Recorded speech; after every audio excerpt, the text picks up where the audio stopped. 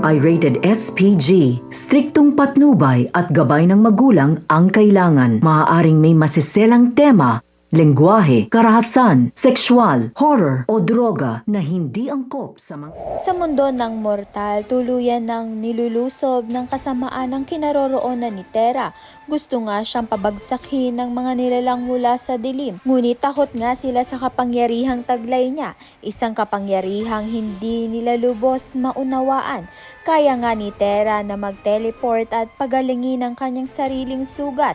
Ngunit sa kabila ng kanyang lakas, ang kahinaan pa rin niya ang kanyang pamilya. Hindi nga siya tinamaan ng kasamaan, ngunit ang kanyang lolo at ang tumatayong nanay niya ang naging puntirya ng mga kalaban. Sila ang ginawang bihag upang ang mapariwara itong si Tera. Galit at paghihiganti ang bumalot sa kanyang puso. Nangako nga itong si Tera sa kanyang sarili na ililigtas niya nga ang kanyang pamilya at wawakasan ang lahat ng ito. Sa kabilang banda naman nga, sinimulan na nga ni Pirena na unti-unti nang bumangon mula sa kanyang nakaraan ang pagbukas ng portal pabalik ng Encantadia. Kasama niya nga itong si Tera na ngayon ay handa nang harapin ang kapalarang itinakda sa kanya.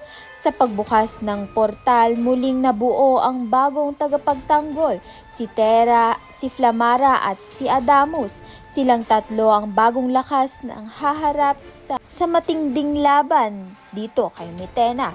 Kaya naman nga't yan at iba pa ang dapat natin pakaabangan. Maraming salamat sa iyong panonood.